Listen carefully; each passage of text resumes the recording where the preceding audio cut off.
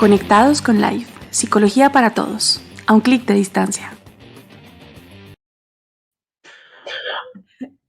Hola, buenas noches. Hola, Hernán, ¿cómo vas? Sí. Bien, bien. ¿Y tú cómo vas? Bien. ¿Quieres contarle al público por qué nos estamos riendo? Porque hoy detrás de cámaras que nos ayuda con toda la parte logística, históricamente tiene la costumbre de, Equivocarse. de oprimir teclas que no debe oprimir. Y entonces antes del programa pasan cositas. Eso, así de sencillo. Pero bueno, Ceci, ¿qué más? ¿Todo bien? ¿Qué más? Buenas noches. Bienvenido a Conectados con Live. ¿Cómo va todo? Gracias. Pues bien, como cansado, pero ya se me quitó el cansancio, ya empezamos y se me quita el cansancio, ya uno empieza aquí a conectar con el programa. Bienvenido a todos, bienvenidas a todas, bienvenidos a este programa que vamos a tener hoy con un súper tema. Pero bueno, primero, Ceci, recordemos qué carajos es esto de Conectados con Live. Bueno, Conectados con Live, ¿qué carajos es? Porque aparentemente estamos así, sin control. Es un programa que nos ingeniamos en aras de traer información basada en la evidencia sobre un montón de temas que se relacionan con nuestra salud mental. Tratamos un montón de desmitificar, de contestar sus preguntas, de traer todos esas ideas preconcebidas que tenemos que nos han enseñado y decir si son tan ciertas o no son tan ciertas, e incluso de dar tips o recomendaciones para trabajar ciertas cosas. Es cierto, esa es la idea. Como tal, darles información a ustedes muy válida y válida, creíble, pero como dices así, pues como basada en lo que es, en la ciencia, ¿sí? Entonces, bueno, bienvenidos a esto, recordando un poco lo que pasó hace 8 días. Hace 8 días estuvimos hablando de dependencia emocional. Creo que nos fue muy bien, creo que hubo tema para conversar, creo que desmitificamos algunos aspectos, creo que quedaron pendientes para una segunda parte de este programa, como ha venido pasando, ya estamos cumpliendo con algunas segundas partes.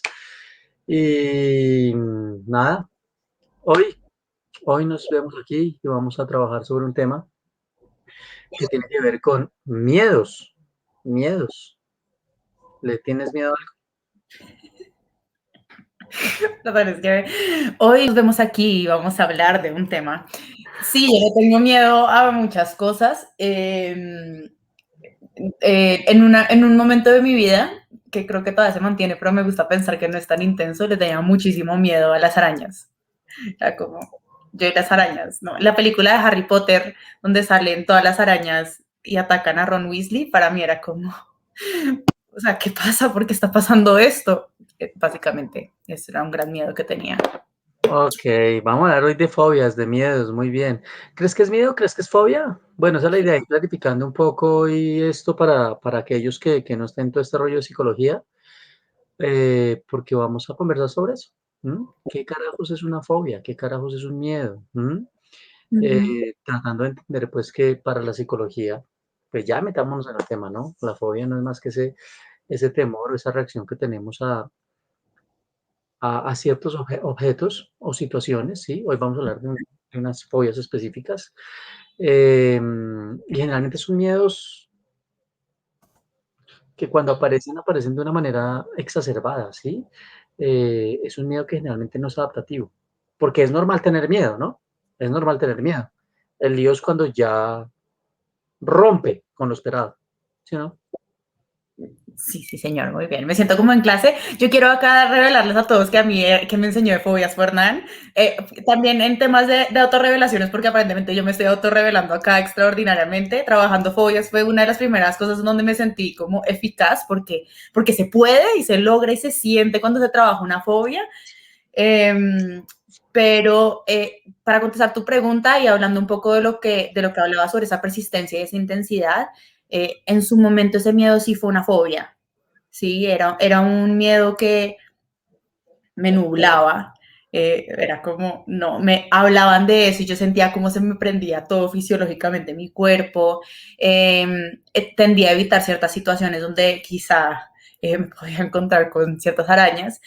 Pasa que, digamos que la vida me obligó a quitarme un poco ese miedo, pero ese es como el gran componente de esas fobias, a diferencia del miedo normal o el miedo adaptativo, por decirlo así, es que es tan persistente, tan intenso y tan desmesurado como en comparación del riesgo que existe, porque las arenas son riesgosas, o sea, yo acá no digo que son divinas, espectaculares, pero ese nivel de miedo no corresponde con el riesgo que genuinamente tiene, por ejemplo, la araña de la película de Harry Potter. Sí, claro, sí, claro. Bueno, con esto que tú dices, pues también comenzamos a tener información. Creo que nos va a ayudar un montón este ejemplo que tú nos das, esta revelación que tú nos haces, para poder entender precisamente eso. O sea, hay ciertas condiciones, situaciones que entran dentro de la normalidad. Yo esperaría, yo esperaría que si me encuentro en un sitio cerrado y se mete un tigre, pues yo tendría miedo, ¿no? Pues el tigre me va a comer, ¿no? ¿Mm? Entonces, algo que va a suceder acá y que espero que podamos ir como conversando es precisamente eso. ¿M? ¿Cómo diferenciar cuando es un miedo? ¿M? Versus cómo diferenciar cuando es una fobia. ¿M? Y cuando hablamos de fobia, Ceci lo acabo de decir, lo que empieza a pasar con nuestro cuerpo, lo que empieza a pasar en nuestra cabeza, lo que empieza a pasar con nuestro actuar. ¿Sí? Mm.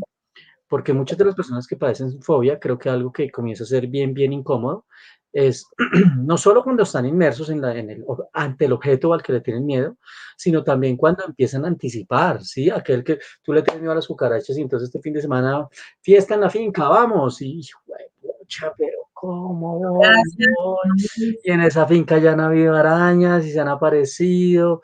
Entonces comenzamos a tener también que comienza a ser un fenómeno que puede traer realmente alteración, ¿sí? Alteración que no se pasa nada bien cuando uno tiene una fobia. Realmente es incómodo, realmente es hartísimo, ¿sí? Sí, creo que ese es el componente grandote que siempre hemos hablado acá en Conectados con Life y es este malestar o estos efectos negativos que trae ciertas dificultades. Entonces, en las fobias, en esta anticipación, es tan intensa que puede generar un montón de problemas sociales, un montón de problemas laborales, académicos, o incluso la persona puede llegar a poner su vida en riesgo por evitar ese estímulo a esa persona o esa cosa o esa actividad que le genera ese miedo intenso, persistente. Tal cual. Tanto que, no sé si a ti te ha pasado, pero en consulta cuando uno conoce personas que quieren trabajar sus fobias, llegan bajo esa esperanza y bajo esa expectativa de quiero que me quite el miedo a, ¿sí? No quiero sentir más esto. ¿Sí? Lo cual, pues, de una u otra forma comienza a ser humanamente imposible, porque el miedo es algo que está con nosotros, el miedo nos acompaña, el miedo está aquí en el cerebrito y sobre Menos mal todo que está con nosotros. sí, y nos acompaña y va a estar con nosotros y va a estar con nosotros por mucho tiempo pues es donde está, creo que pues todos conocemos aquí, todos los que hemos estudiado todo este rollo, la tan famosa amígdala, que es donde está el miedo, ahí en esa estructura, ahí está el miedito, ahí. Ujú. ¿Sí?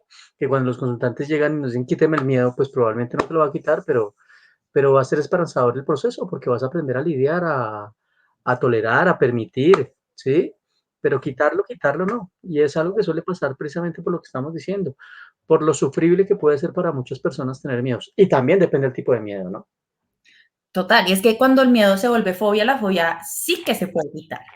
¿Sí? El miedo no te lo quito, pero la fobia se puede trabajar, que sea tan intenso, tan persistente, que te genere, que sea como esta disparidad tan grande entre el riesgo, ¿sí? Si hay una cucaracha y yo pienso que va a morir, pues lo más probable es que la cucaracha me mate, no tanto, ¿sí? Poder tolerar esa sensación no significa que yo voy a ir a abrazar a la cucaracha y decirle, ven cucarachita divina, espectacular, ven arañita divina, espectacular. No, no necesariamente, pero no va a ser tan agotador, porque tener una fobia es agotador. Toda tu vida está planeada o mucho de tu vida está planeada alrededor de no exponerte o no ver esta cosa que te genera tantísimo malestar. No sé, yo creo que en autorrevelaciones, Hernán Ravelo, cuéntanos tú si te has tenido alguna fobia. Obvio, no, ninguna. Entonces, sigamos. Sí, claro. Sí, sí, yo tengo por ahí par temores. Em, con cucarachas me cuesta un montón. Me ha costado un montón históricamente. Que creo que se ha generalizado y no solo cucarachas, sino ya un espectro importante de insectos. Eh, pero bueno, creo que es trabajable. es trabajable y toca hacerlo. De hecho, gracias por eso, porque al hacer la autorrevelación también es empezar a mirar ese espectro, ¿sí? Que la gente se vaya enterando que hay diferentes tipos de fobias, ¿sí? Hay personas que le tienen miedo a los animales, hay otras Ajá, personas que le tienen miedo a fenómenos naturales, hay ajá. otros que pueden tener miedo a todo lo asociado que es sangre, agujas, que probablemente hablaremos ahora con nuestros expertos sobre eso. Entonces hay diferentes tipos de fobias, ¿sí? Ujú. Y obvio tiene que ver con toda la historia de aprendizaje de cada uno de nosotros. Sí, digamos que nosotros nacemos con miedo, la emoción está ahí, y los humanos parece que compartimos miedos como el miedo a caernos de altas alturas o a sonidos muy intensos y parece que el resto son miedos que hemos ido aprendiendo en el tiempo, por nuestra historia de aprendizaje, por nuestra sociedad. Lo bueno de los miedos que se aprenden es que podemos exponer y aprender cosas nuevas. ¿Sí? Lo que ya está ahí, el miedo lo vamos a tener, pero quizás el miedo persistente que nos hace perder nuestra vida, perder nuestro tiempo, planear alrededor de eso, ese sí se puede ir, podemos aprender algo diferente. Y cuando tenemos una fobia específica, por ejemplo, que eran las categorías que tú nos daban, fobias específicas, animales, inyecciones, me falta una, no me acuerdo cuál es. Hernán, tienes tu micrófono cerrado. A todo lo que tiene que ver con objetos naturales, perdón. Gracias. Todo lo que son ya las fobias sociales y lo que es la agorafobia, que son como esas tres categorías grandotas, si no me equivoco. ¿Mm? Agorafobia, miedo a espacios. Bien. Muy bien. Bueno, Ceci, mira que el tema es muy grande y aquí la invitación va a ser a que estemos muy conectados porque básicamente nos vamos a exponer a eso, a conocer sobre el tema, con la posibilidad de que pase algo. Alguien me preguntaba hace unos días y es, si viendo el programa yo siento miedo, pues probablemente puede pasar, porque cuando hablamos de temores, lo primero que va a imaginar la persona es exponiéndose o hablando de su temor, ¿sí? Y en el espectro de temor solo quedémonos con animales. ¿Cuántas personas no conocemos? Yo conozco personas que le tienen miedo a palomas, yo conozco personas que le tienen miedo a perros, yo conozco personas que le tienen miedo a cucarrones, Gracias. a gatos, a ratones, a cucarachas, a, a aves. En algunos casos hemos visto, bueno, que como tal Polillas. es correcto, ¿sí ves? Entonces, mira cómo empieza a crecer este panorama. Pues nada, lo esperado y lo que yo creo que va a suceder hoy es que vamos a clarificar esto de una manera muy juiciosa, darles información a ustedes, a los que estén con ustedes también, porque probablemente me imagino yo que alguno puede tener aquí esta mi mamá sentada que le tiene a los bucarrones para que los escuche de pronto. Entonces, clarificar, no vamos a hacer terapia, vamos a clarificar, vamos a dar información basada en evidencia y, ¿por qué no? Vamos a dar recomendaciones básicas de saber qué hacer, para dónde coger cuando tengo un miedo, ¿sí? Porque es súper trabajable, súper trabajable. ¿Mm? Muy ¿Listo? bien. Ok. ¿Propaganda? Propaganda, vamos a ver cómo nos va con la propaganda. Muy bien. Propaganda, por favor. Por favor. Hola, en LifeSense tenemos una nueva línea de agendamiento de consultas psicológicas. Si quieres solicitar tu cita, puedes comunicarte por llamada telefónica o escribiéndonos por WhatsApp al número 311-508-9902. También tenemos otros medios de contacto que queremos que conozcas. Para recibir información y soporte sobre los servicios que ofrece LifeSense o comunicarnos tus sugerencias e inquietudes, puedes contactarnos al número 319-481-9262 o al correo servicioalcliente@lifesense.com.co. Si eres una persona que está interesada en cursos o en formación profesional, puedes escribirnos al correo electrónico formacion@lifesense.com.co. Y por último, si quieres conocer sobre nuestro portafolio para empresas, te invitamos a escribir al correo servicios@lifesense.com.co. Recuerda que en LifeSense tenemos las puertas abiertas para ti. LifeSense, por la vida que quieres vivir. ¿Qué hay? ¿Cómo le va? Volvemos. Volvimos de nuestra Bueno, propaganda a darle la bienvenida a nuestro gran invitado, no sin antes darle la bienvenida a nuestra miembro del comité editorial, Juli. Hola, buenas noches, ¿cómo están? Hola, Ceci. muy bien. ¿Y tú? Hola, ¿Cómo Hernán. estás? Qué decencia. Regia con sus gafas, Regia. Sí, Muy está. formal. Hombre, es que hoy estoy un Bueno. poco ciega, no sé por qué, pero bueno. Listo. Ok, Juli, Esperemos pues leer bien las preguntas. las preguntas, el perfil, todo. Yo veré porque si no. Bueno, Bueno, ¿quién tenemos hoy? ¿Quién nos bueno, invita? nuestro invitado hoy es Santiago Zárate. Él es un psicólogo con maestría en psicología clínica y de la salud. y además una maestría en investigación en psicología con énfasis en neurociencias del comportamiento. Es doctor en psicología de la Universidad de los Andes, con internado en el Centro de Ansiedad y Trastornos Relacionados en Boston University. Y además es profesor asociado de la Universidad Sergio Arboleda, el área andina y psicólogo junior en CIAN. Así que bienvenido, Santiago. Hola, buenas noches, ¿cómo están? Buenísimo. Gracias por la invitación. Bienvenido. Me alegra mucho estar con ustedes hoy. Igual, una invitación que teníamos desde hace rato pendiente acá. ¿Sí o no? Sí, bienvenido, Santiago. Qué bueno tenerlo por acá, mi hermano. Gracias, gracias. Bueno, pues, Santiago, aquí venimos de una vez a manos a la hora. Entonces, Juli, ¿por dónde arrancamos? Bueno, siempre empezamos con una pregunta como introductoria. Queremos saber qué es una fobia. Bueno, ahorita un poco lo que estaban hablando Cecilia y Hernán, ¿no? Las fobias se asocian mucho con una emoción puntual y es el miedo. Pero no es lo mismo que el miedo, ¿no? Miedo sentimos todos, es una emoción pues que se da cuando hay algo que percibimos como peligroso, pero cuando ya hablamos de fobias en realidad estamos hablando es de un temor que es extremo, o sea, la intensidad del miedo es tan fuerte que la persona en realidad no lo puede soportar y tiene una tendencia a evitar ese estímulo que produce el miedo muy alta. Algo interesante de las fobias es un poco de dónde viene la palabra, viene de Phobos. Phobos era el hijo en la mitología griega, ¿no? El hijo de Ares, que era el dios de la guerra, y Afrodita, la diosa del amor, y Phobos representaba el temor, el miedo. Y de ahí viene la palabra, después se utiliza un psiquiatra en Estados Unidos, Benjamin Rush, la utiliza para referirse pues a estas situaciones donde la gente no puede estar en presencia de ese estímulo de que puede ser un animal, una situación, etcétera, que le produce miedo. Y la tendencia a evitar es muy alta. Entonces, yo creo que esa sería la diferencia más importante. Miedo sentimos todos y es normal sentir miedo ante diferentes situaciones que pueden ser peligrosas o percibidas como peligrosas, pero una fobia no nos da a todo el mundo y a las personas que les da, en realidad, les interfiere mucho con su día a día porque dejan de hacer cosas en su vida por no estar en presencia de lo que les genera esa respuesta tan fuerte. Ok, súper. Ahí de una vez nos respondiste la segunda, sí, que era la diferencia entre el miedo y la fobia. De hecho, sí, enlazándonos a eso, Santiago, con lo que nos cuenta, no a todos nos dan fobias, eso está clarísimo, todos tenemos miedo, probablemente. Sin embargo, la prevalencia de las fobias es alta, es elevada, ¿sí o no? O sea, eso creo que es algo que acompaña a mucha gente, ¿no? Sí, de hecho, pues las fobias como en la categoría de problemas de ansiedad es de las más prevalentes. A nivel mundial es una de las que más se presenta.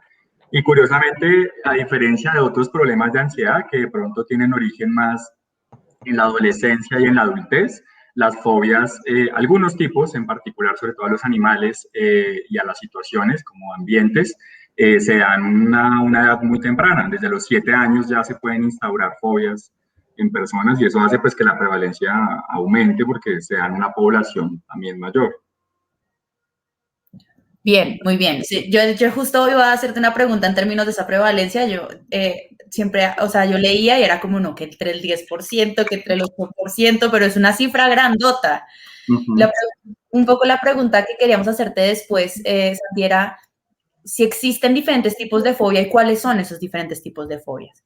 Sí, son cinco como categorías. Bueno, esto es hablando acordémonos un poco que cuando uno habla de fobias o de un trastorno de ansiedad, usualmente nos referimos a uno de estos manuales clínicos que clasifican los trastornos mentales. Entonces, si nos referimos según el DSM, que es uno de estos manuales como que se utilizan a nivel mundial, son 5 las categorías que están ahí. Entonces, la más famosa, animales, a cualquier tipo de animales, es el primer tipo.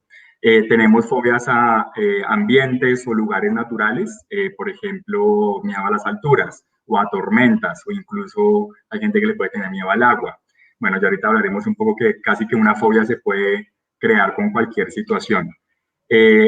A la sangre y a las inyecciones, que es de las 5 categorías de fobias es tal vez como la más rara en términos de la respuesta del cuerpo que se presenta y que parece que tiene un componente genético un poquito ya más bien identificado. Las fobias situacionales, que son muy interesantes porque no es a un objeto, es a una situación. Entonces, por ejemplo, ascensores, o por ejemplo, miedo a volar, las fobias a volar. La gente cuando tiene fobias a volar no es que vea un avión y se asuste y diga, pucha, no quiero ver un avión, eso no pasa. Lo que le pasa es que le da miedo a estar en la situación, a estar en un avión que ya está despegando, o a estar en un ascensor, o a estar en un lugar cerrado, la claustrofobia. Esas son las situacionales. Y la última son otras fobias, que es como el DSM siempre tiene como su Donde mete todo Otros. vale para allá. cosa, entonces ahí lo meten en esta categoría de otras fobias, y ahí pueden salir cosas rarísimas como fobias o sea, las plumas, a objetos así raros, o cosas que a veces uno ha escuchado en consulta como a morder, como a que los dientes se junten entre sí, un poco de cosas que pueden ser raras, pero que a veces existen. Wow.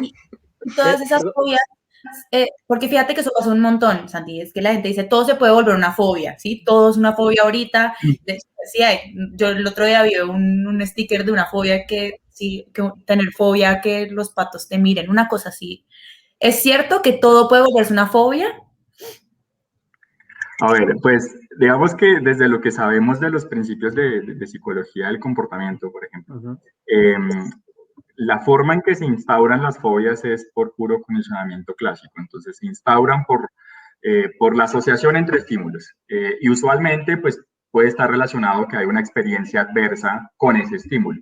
Entonces, uno diría, en teoría, que cualquier objeto podría ser susceptible o situación, etcétera, a instaurarse como una fobia. Sin embargo, algo que sabemos también sobre todo estudios de psicología evolutiva, es que hay un fenómeno interesante que se llama aprendizaje preparado. Una vaina por ahí que descubrió en los 70s Martin Seligman, un psicólogo muy famoso, que hablaba sobre la adquisición de las fobias y de cómo tiene un sentido evolutivo tenerle un mayor miedo y prevención a un cierto tipo de objetos o de situaciones y no a otros. Y que eso no solamente sean humanos, sino en otras especies animales y que tiene que ver con su historia evolutiva. Entonces, por ejemplo, cuando uno estudia en neurociencia comportamental en laboratorios con ratas Wistar, de estas ratas blancas que se utilizan en laboratorios, tiene sentido que una rata, por ejemplo, le tenga mucho miedo a espacios abiertos y a espacios con mucha luz, porque son animales que se sienten seguros, son animales casi ciegos, entonces se sienten muy seguros en lugares cerrados y donde pueden palpar con sus vibrisas, que son esos bigoticos que tienen, los lugares en los que están. Entonces, estar en un lugar abierto los vuelve más vulnerables a sus principales predadores, que son las aves. Esto en las ratas. Pero en el caso nuestro, por ejemplo, de los primates y los humanos particularmente, pues tenerle miedo a las alturas, por ejemplo, es algo que tiene sentido. Es decir, tiene sentido porque nosotros no podemos volar. Entonces, estar en un lugar, pues, digamos, muy alto, tiene sentido que uno tenga miedo y es mucho más fácil adquirir una fobia a las alturas que adquirir una fobia a un espacio abierto, como sería una rata, digamos, en el caso de los humanos.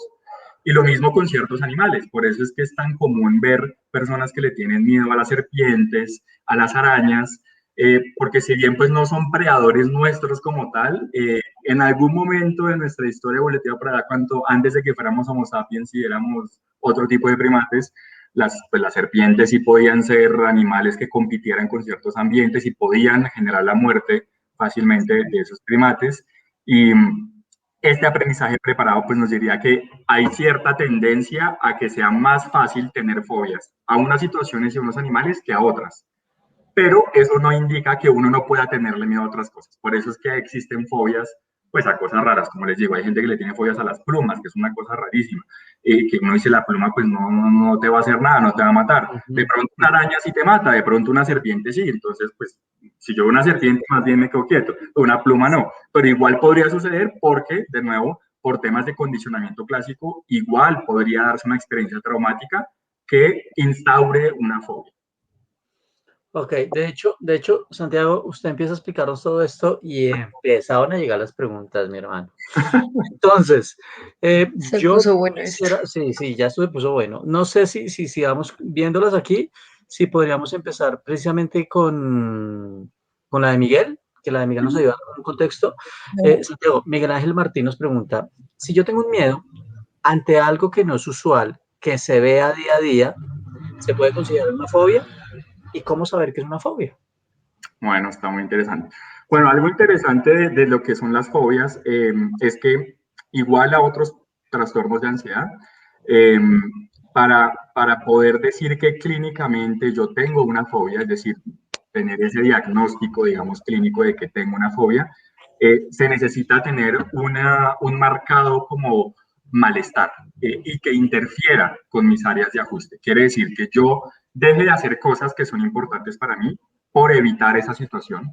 Que como decían ustedes al inicio, si me invitan a un paseo el fin de semana, me parece chéverísimo ir al paseo, pero la única razón por la que no voy es porque puedo toparme con un animal, un bicho, lo que sea, que me da mucho miedo y evito esa situación que hace parte de mi área de vida de recreación y social y dejo de hacer ese tipo de cosas, ahí ya podemos hablar de que si esa fobia, pues, digamos, es un problema clínicamente relevante y que podría necesitar tratamiento.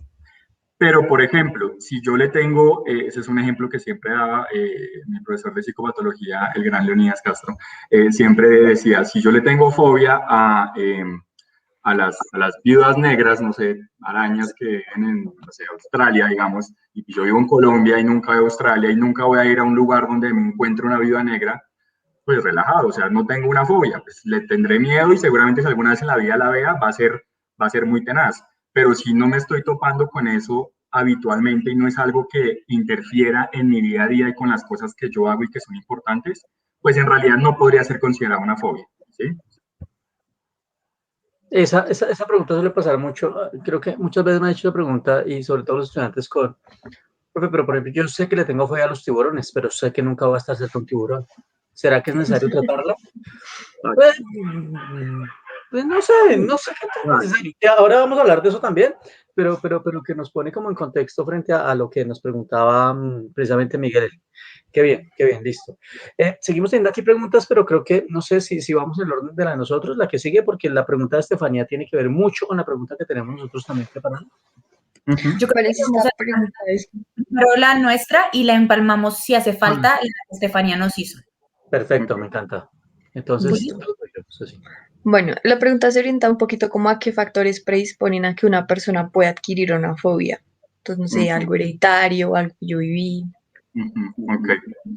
Bueno, las fobias igual a los trastornos de ansiedad, por eso es que de nuevo en el DSM quedan consagradas en la misma categoría, pues hablando de ansiedad social, ansiedad generalizada, bueno, todos los tipos de ansiedad, incluyendo las fobias, eh, tienen algo que es muy interesante y es que no son causadas por una única variable. Entonces no podemos decir que yo tengo una fobia porque tengo un gen de esa fobia y heredé ese gen de mis padres.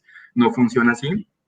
Tampoco funciona con que únicamente con una experiencia traumática yo lo tenga, porque entonces todas las personas que hayan tenido una experiencia traumática con algún estímulo o con algún objeto tendrían una fobia. Y hay mucha gente que de pronto, no sé, la mordió un perro en la infancia y no desarrolló fobia a los perros. En cambio, otro perro sí mordió a otra persona y ahí sí le dio fobia. Entonces uno dice, ¿por qué sí uno y otro no?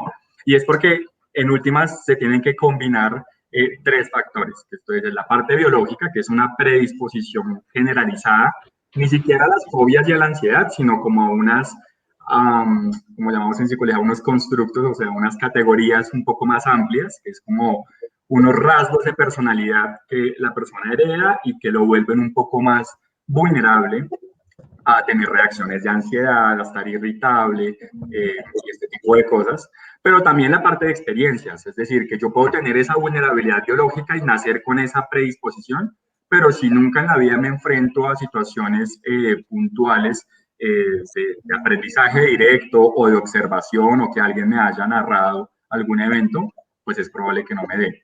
Entonces, se tienen que dar tres cosas, la parte biológica, la parte, lo que llamamos una vulnerabilidad psicológica, que básicamente son las experiencias de vida que uno va teniendo a lo largo de su vida y el contacto con estos estímulos. Y el tercero, los estresores del día a día y la parte más ambiental, como del contexto en el que vive la persona.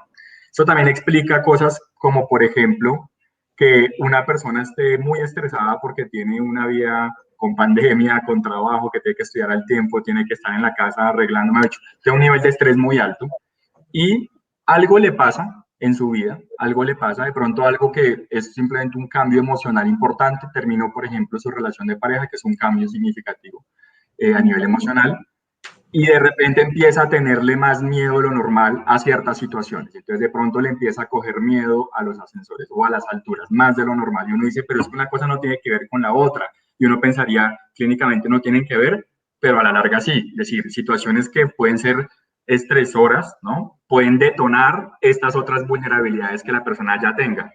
Entonces se necesitan las vulnerabilidades, pero además algo que la detone, que usualmente es un estresor puntual. Eso hablando como un poquito de las causas o del origen de cómo se da la fobia. Yo quiero profundizar en algo de esas causas, no sé, Ceci, ¿sí? Dale, de una. Vale, Santiago, es que escuchándolo, yo creo que viene, ya a las personas que están preguntando sobre qué hacer, cómo manejar, ya vamos para allá, Pero por eso antes de saltar a ese punto, ¿qué tan importante sería entonces tener, o sea, esa información es muy válida cuando miramos cómo entramos en contacto con ciertos estímulos, ya sea por la experiencia directa, porque el perro me mordió, claro, pues tengo toda la evidencia, me mordió y me arrancó una falange, pues el perro puede ser peligroso, sin duda alguna.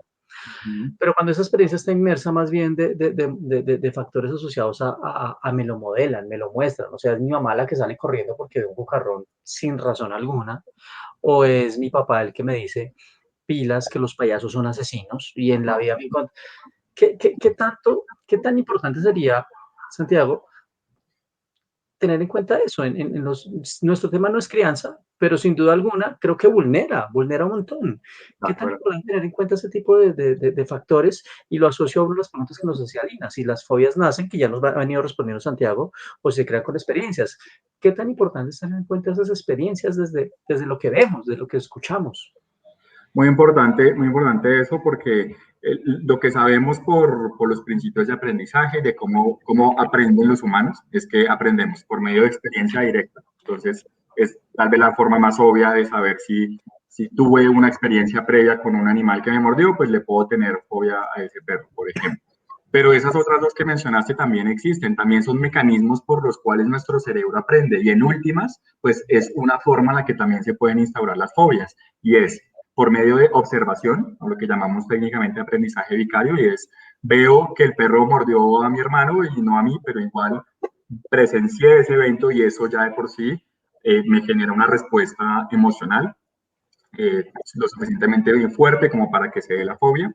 O la tercera es por medio de instrucción, el aprendizaje por instrucción o por transmitir información sobre peligro, que también es muy usual, sobre todo en familias donde se suele dar una tendencia como a la ansiedad, entonces padres que son un poco más ansiosos, sobreprotectores y que tienen un poco como esta idea de que puede haber peligro en todo lado y van transmitiendo eso a los niños desde que son chiquitos, cuidado con tal cosa, esto otro es peligroso, mejor haga esto. Entonces los niños van creciendo con un poco de información sobre el mundo es peligroso, cualquier cosa que pase puede ser muy grave y si a eso le sumamos unas pobres estrategias de cómo afrontar situaciones que generen estrés, que es qué hacer cuando sientan miedo, que es lo que llamamos técnicas de regulación emocional, ¿no? Pues es como un cóctel ahí que se va armando para que se pueda dar o las fobias o cualquier otro tipo de problema de ansiedad. Ok, bien. Yo quiero enganchar justo, Santi, todo lo que estás hablando para contestarle directamente a una pregunta que nos hace Estefanía. Yo creo que contestaste en términos de vulnerabilidades, pero Estefanía pregunta, ¿una persona que tenga un trastorno de ansiedad es más vulnerable a desencadenar una fobia? La respuesta es sí, la respuesta es sí, y de hecho es lo que más se da. Las fobias, como dato curioso en términos de trastornos de ansiedad, es el trastorno de ansiedad que más se presenta de forma comórbida con otro tipo de trastorno de ansiedad. En otras palabras, yo puedo tener un trastorno de ansiedad y al mismo tiempo es más probable que tenga fobia específica a algo que otro problema psicológico. Entonces es bastante alta esa comorbilidad y pues tiene que ver con que biológicamente y en términos de aprendizaje, como hablamos, pues los caminos serían muy, muy similares. Entonces tiene sentido pues que se presente así. Si es esa puerta que decías, ¿no? Se abre una puerta y empiezan a abrirse otras puertas. O sea, esa vulnerabilidad que me abrió tener esa ansiedad, ahora me vuelve mucho más vulnerable a tener fobias específicas, otro tipo de fobias. Exactamente. Muy bien. Ok. Bueno, en nuestro programa montado tenemos una pregunta que tiene que ver con tratamiento, pero antes de hacerla como nosotros la tenemos estructurada, Santiago, párale bolas porque hay 3 preguntas que tienen que ver con esto. ¿Se puede eliminar o superar una fobia? Segunda, que esa es de Camilo. Tercera, ¿cuál es la mejor manera de superar mi fobia a los cucarrones? Oriana.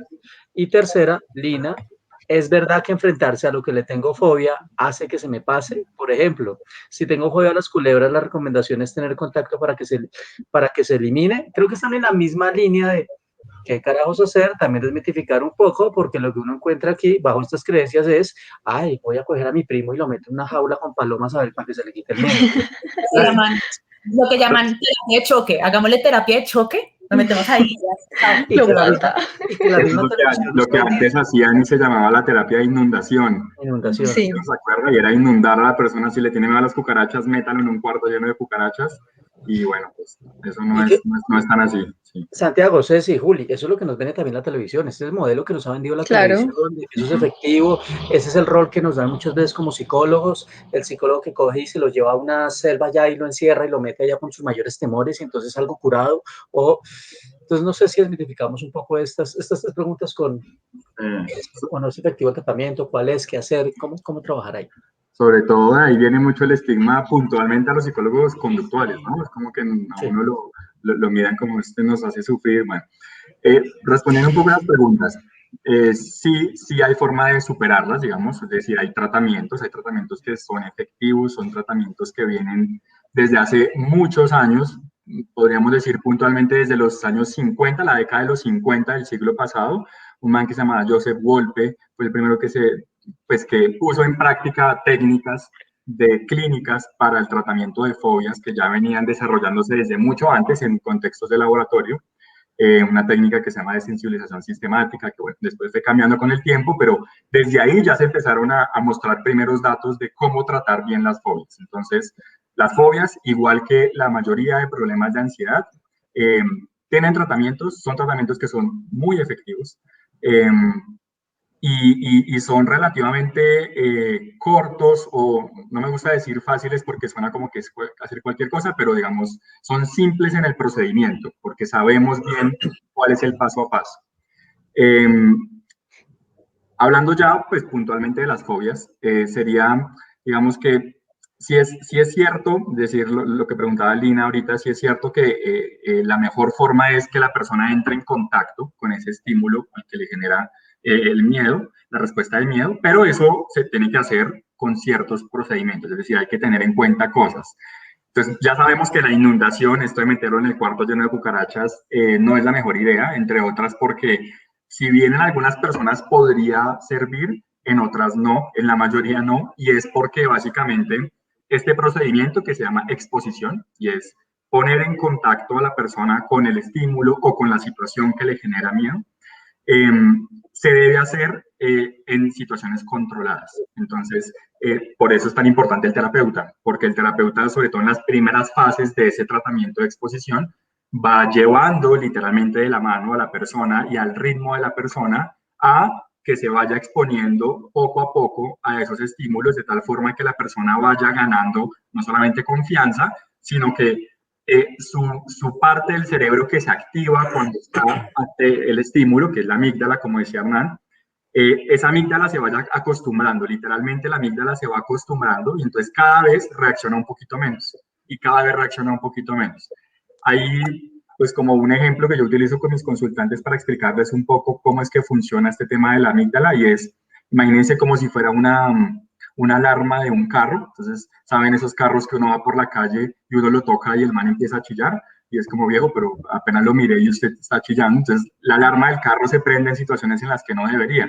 Eso es un poco lo que le pasa a los cerebros de personas con ansiedad, y en fobias pasa eso, y es que la amígdala, que es esa parte emocional del cerebro, se prende en situaciones en las que no debería, es decir, no hay un peligro real, ¿sí? No hay un peligro que pueda poner en riesgo a la persona, entonces no debería prenderse.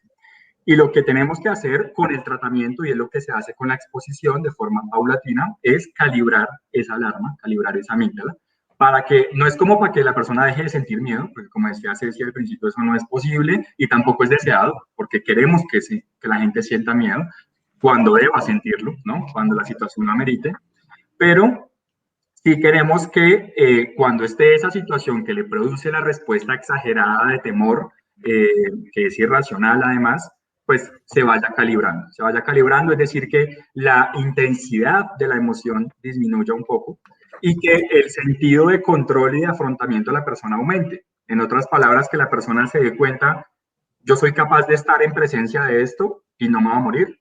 Soy capaz de estar en presencia de esto y si bien me incomoda, si bien siento miedo, si bien puedo sudar, puedo sentirme harto, incómodo, no necesito irme y no tengo que evitarlo. Puedo estar en presencia de esto y puedo tolerarlo. Y ese es el punto más importante de la exposición. No es quitar el miedo. Con la exposición lo que queremos es que la persona aumente su nivel de tolerancia a la emoción y al estímulo que le produce esa emoción. Y bueno, digamos que ese es el punto más importante. Hay otras cosas obviamente que se trabajan, pero ese sería como el punto principal del tratamiento. Yo no sé si ahí respondimos Sí, todos, falta algo. sí, yo creo que respondimos, creo que las tres en una sola. Varias. Sin embargo, eso también nos va acercando a cosas como estas. Entonces, primero quiero quitarme el miedo, totalmente desmitificado, no quitamos el miedo, sería casi que humanamente imposible. Sí, quitarte el miedo sería, vente, abrimos, te retiramos la amígdala.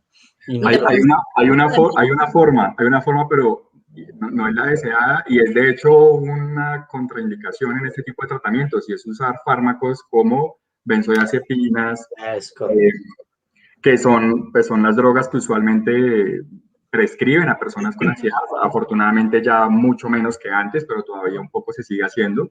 Y lo que sabemos por la evidencia, es decir, no es porque estemos en contra de la psiquiatría ni mucho menos, pero es porque lo que dicen los datos es que pues es lo peor que puede haber, porque una persona que se tome Rivotril, que es una benzodiazepina que le quita a uno la activación fisiológica, pues claramente es muy efectivo. Entonces, si yo tengo miedo, me tomo esa pasta, directamente tengo un efecto real en mi cuerpo en el que me baja la activación simpática, entonces ya mi amígdala no se prende y no estoy sudando, pero los efectos a largo plazo y a nivel de tolerancia, adicción, pues son peores. Y en últimas, lo que termina pasando es que se le da el mensaje a la persona de que no puede afrontar la situación, de que no va a ser capaz de superarlo nunca y de que en realidad si es algo peligroso que necesita tomarse algo para calmarse. Y en últimas, pues eso no es lo que queremos que pase. Favorecería la evitación de igual forma.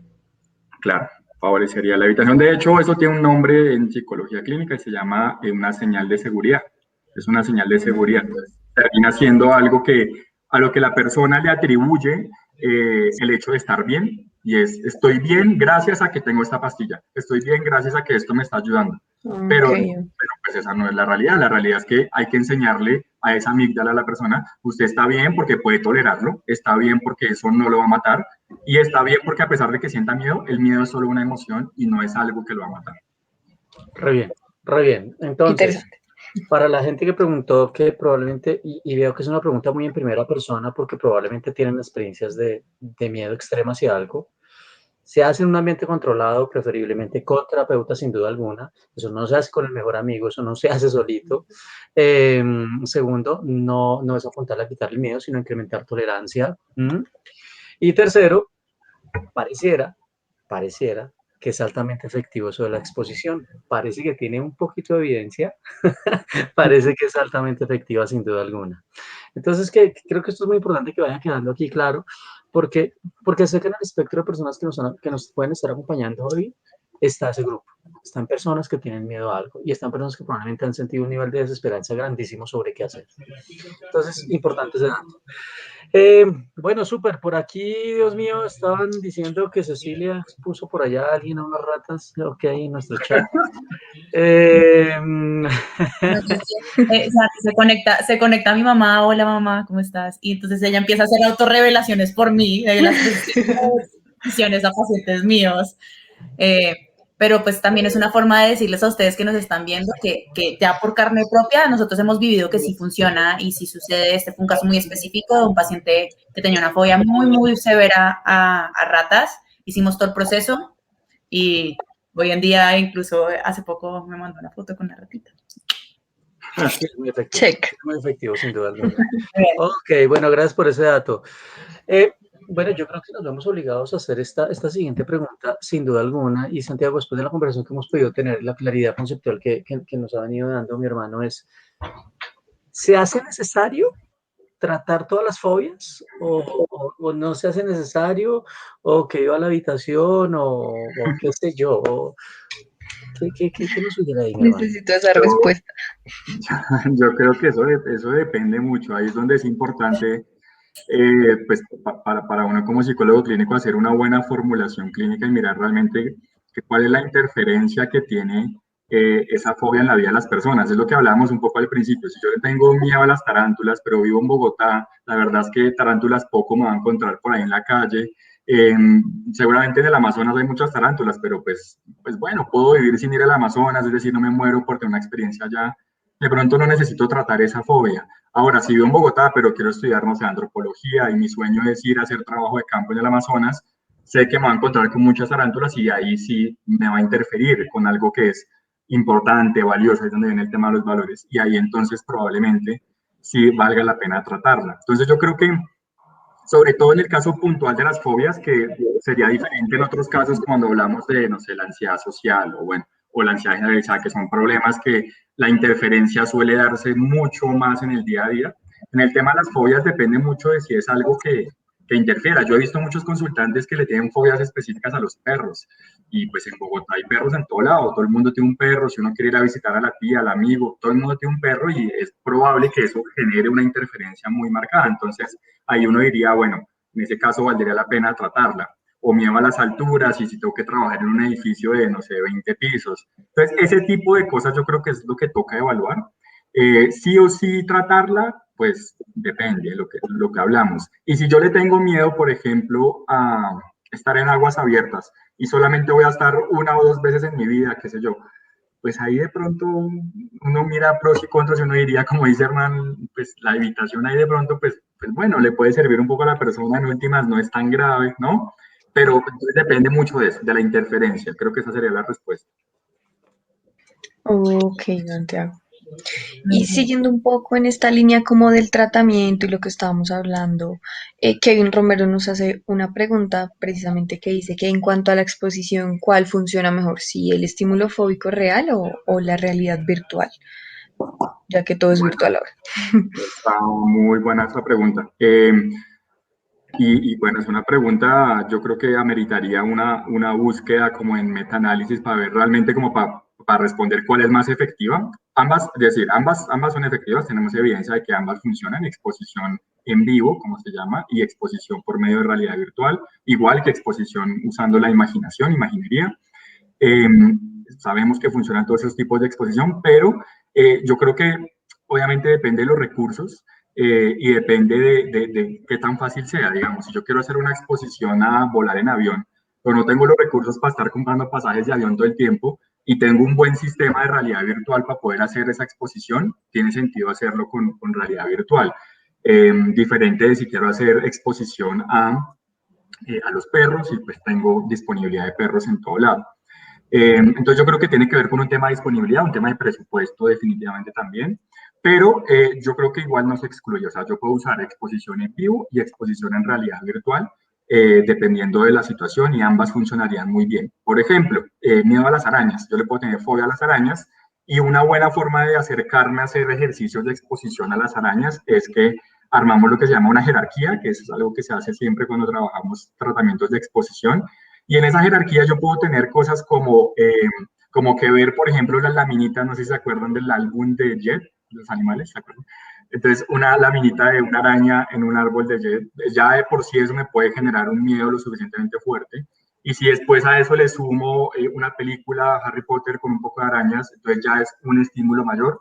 Y puedo después utilizar realidad virtual y meterme ahora, eso es muy fácil, como esos videos de YouTube que son un poco en realidad virtual con esas gafitas, uno se lo pone y ve arañas y eso me acerca mucho más a una araña real hasta que ya sea capaz de poder ver una araña en la vida real. Entonces yo puedo combinar diferentes tipos de estímulos para exponerme y creo que eso es lo bueno pues de esta época de virtualidad y de avance en la tecnología, que antes eso pues no se tenía, en la época de Joseph Wolpe y demás, pues la única forma era exposición en vivo, en imaginación y hasta ahí. Y por eso eran tan famosos las terapias de inundación, pero hoy en día se pueden combinar y ambas son efectivas, eso sí es lo que sabemos. Sí, han permitido también este tema de la virtualidad ha permitido exponer a ciertas fobias que también son pues más caras, ¿no? La fobia a los aviones o incluso estas fobias a espacios abiertos de agua, pues quizá esto nos pueda ayudar a tener una forma más, no sé, asequible de poder exponer esto que nos genera un montón de miedo.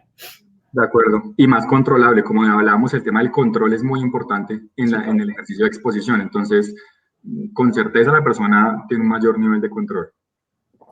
Ok. Santiago, yo quiero hacer una pregunta que esta no está preparada. Ay, ay. Pero es que creo que Surgió. sí, se hace necesario escucharlo después de toda esta conversación y es entendiendo como factores estresantes un sinfín de cosas, entendiendo como factor estresante todo esto que estamos viviendo. ¿Cómo visualizar y cómo estar atentos a lo que va a pasar ahora con todo este fenómeno post-pandemia? La posibilidad de activar un montón que se active, que se prendan un montón de alarmas en las personas ahora que empiecen a salir. ¿Cabría la posibilidad que haya un incremento en los reportes de temores, de fobias? ¿Cabría la posibilidad? Yo creo que sí, yo creo que es un fenómeno pues que tendrá que ser estudiado en el corto, inmediato plazo, porque no solamente en fobias, sino en general el incremento de problemas emocionales pues tiende a aumentar, porque la pandemia en sí mismo pues y la pandemia y lo que implica, ¿no? Desempleo, bueno, un montón de cosas, son estresores muy importantes y como hemos visto, como el cóctel perfecto para tener un trastorno de ansiedad es vivir situaciones de mucha incertidumbre, de bajo control, y a eso se le suma la vulnerabilidad biológica que uno tiene de antes, y si además tiene una experiencia previa medio traumática, pues ya ahí, digamos, la probabilidad de que se dé es muy alta. Entonces es probable que muchas personas que tengan esas predisposiciones y que no hayan desarrollado un problema de ansiedad, por la pandemia se dé como la sumatoria ya final y termine dándose un aumento en el número de problemas de fobias y de otros problemas de ansiedad. Eso yo creo que es muy probable. Ok, precisamente Lina nos preguntaba eso, creo que estábamos preguntando al tiempo, Lina, y era eso, cómo la pandemia ha hecho que haya más fobias y fobias un poco comunes, por ejemplo, que los niños le tengan fobia a otras personas por estar creciendo en cuarentena. Sí, sin duda alguna creo que va respondiendo lo que Santiago ya nos ha hecho la respuesta, nos ha dado la respuesta sobre esta pregunta y creo que hay que estar muy atento, creo que hay que estar muy atento pues para poder colaborar y ayudar a aquellas personas que estén atravesando por esta situación, sin duda alguna. ¡Wow! ¡Qué montón de información! Gracias. Literal. Un tema muy interesante. Sí. Wow, creo que ayuda a clarificar muchísimo de lo que, insisto, de lo que la gente percibe, de lo que la gente cree que es la solución para esto. Y sin duda alguna, pues no, ya creo que va a quedar mucho más claro. Normalizar también un poco, porque también está todo este estereotipo que pasa mucho, no sé si ustedes lo han recibido, pero es que yo soy la loca de la familia. ¿Por qué? Porque tengo miedo a los cucarrones. Uy, no, eso es un choque ahí como que no, como que confundir locura con fobia, no. Estigmatiza. Sí, claro. Ok. Bien, bien, Ceci, bien. ¿Existe algo, Santi, en términos, porque nosotros siempre hablamos y yo de hecho no lo veo hoy en las preguntas que preparamos, ¿existe algo en términos de prevención, algo que podamos hacer justamente porque sabemos, porque lo hablamos al comienzo, que las cifras en términos de este tema de fobias es bastante elevada, que podamos hacer en casa, que podamos hacer nosotros para poder justamente prevenir que se desarrolle una fobia? Yo creo que sí, la prevención es importante, no solamente entraría como para trabajar en fobias, sino en general para problemas emocionales. Se pueden hacer cosas como aumentar lo que llamamos educación emocional, que es muy importante y es pues, en gran parte lo que hacen, por ejemplo, ustedes con este programa, y es normalizar cosas, explicar conceptos, proporcionar información que sea información basada en evidencia.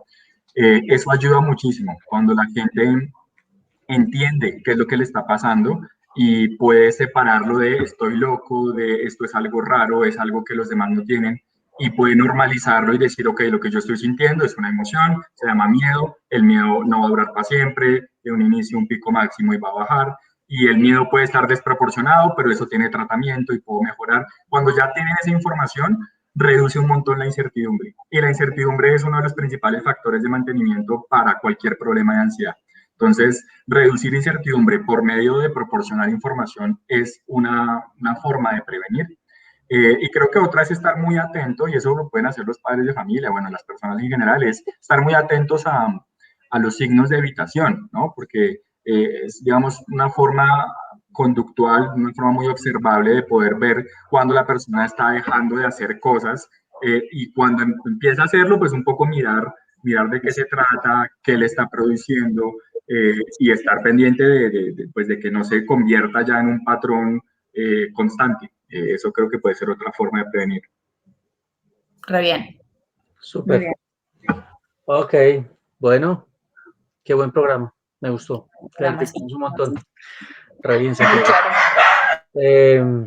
Santiago, espero se vaya asegurando para nuestra siguiente temporada, que vamos a hablar por ahí de otro tipo de temor, que va a De ser una. muy interesante.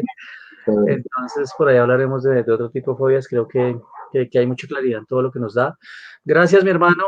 Gracias, Santiago. mucho gusto, gracias a ustedes por la invitación, me encantó estar acá. Y sí, nos vemos cuando digan para hablar de otras cosas. Muchas Claro que sí, súper. Sí, pero Muchas gracias. No nos podemos ir sin recordar, pues sin avisar, más bien recordar, ¿no?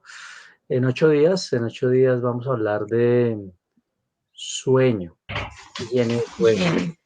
Sí, vamos a hablar única y exclusivamente de sueño, hábitos, lo que implica dormir, qué pasa si no estoy durmiendo bien, cómo se afecta, en qué se puede afectar mi vida si el sueño no funciona.